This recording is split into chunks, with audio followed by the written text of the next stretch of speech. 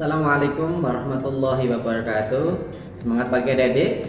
Kita bertemu lagi sahabat Sehufindo dimanapun kalian berada. Pada kesempatan kali ini kita akan membahas tentang hukum 2 Newton.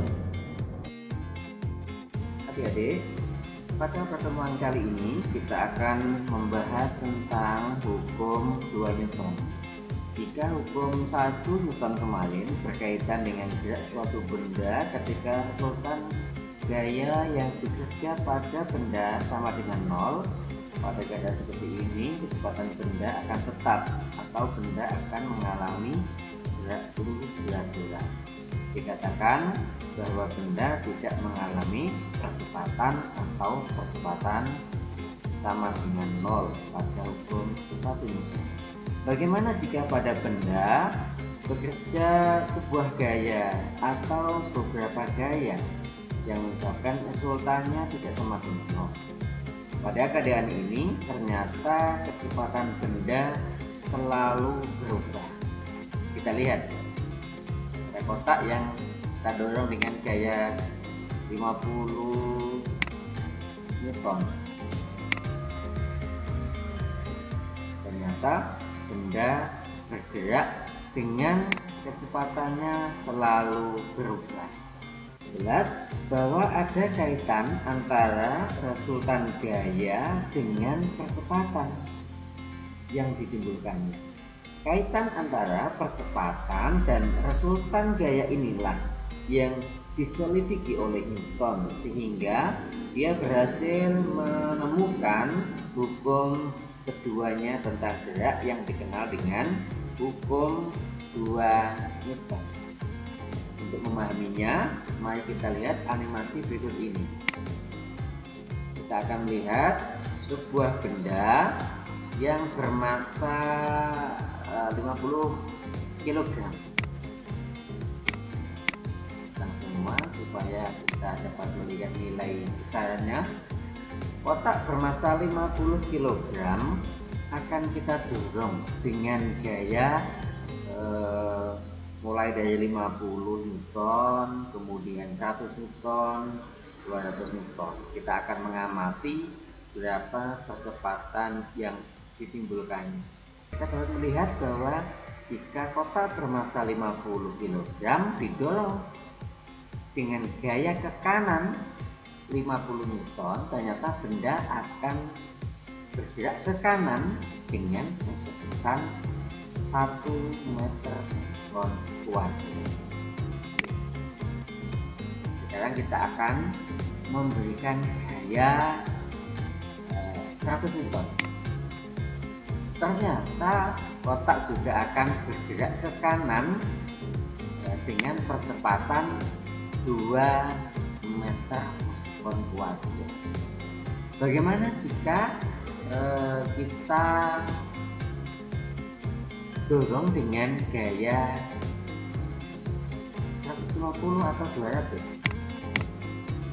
50 ya.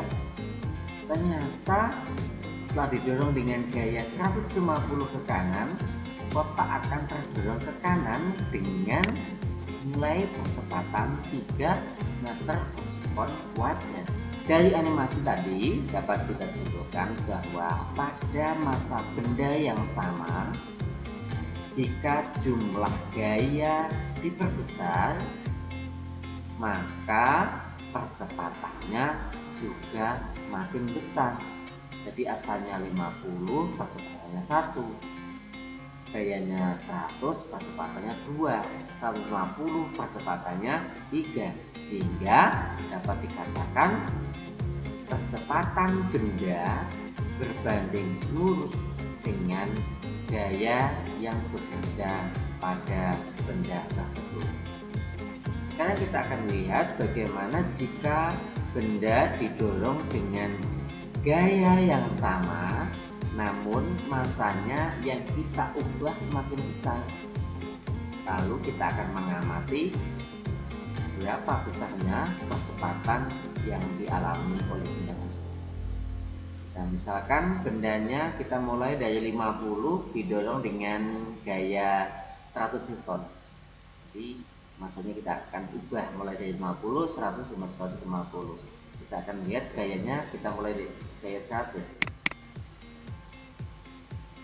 Benda bermassa 50 didorong dengan gaya 100 ke kanan, ternyata percepatannya sebesar 2 meter per sekon kuat.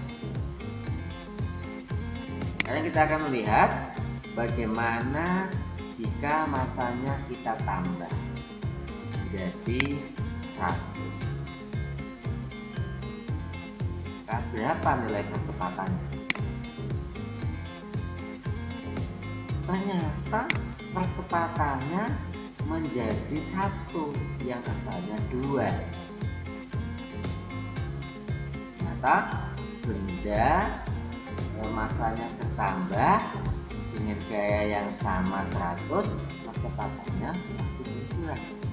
Bagaimana seandainya jika massa benda itu kita tambah lagi 100? Jadi massa benda menjadi 200 kg dengan gaya yang tetap 100. Berapa kecepatan? Makin besar atau makin kecil?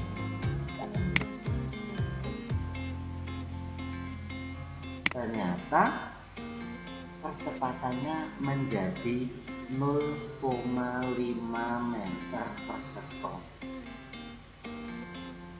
Jadi apa kesimpulannya adik-adik?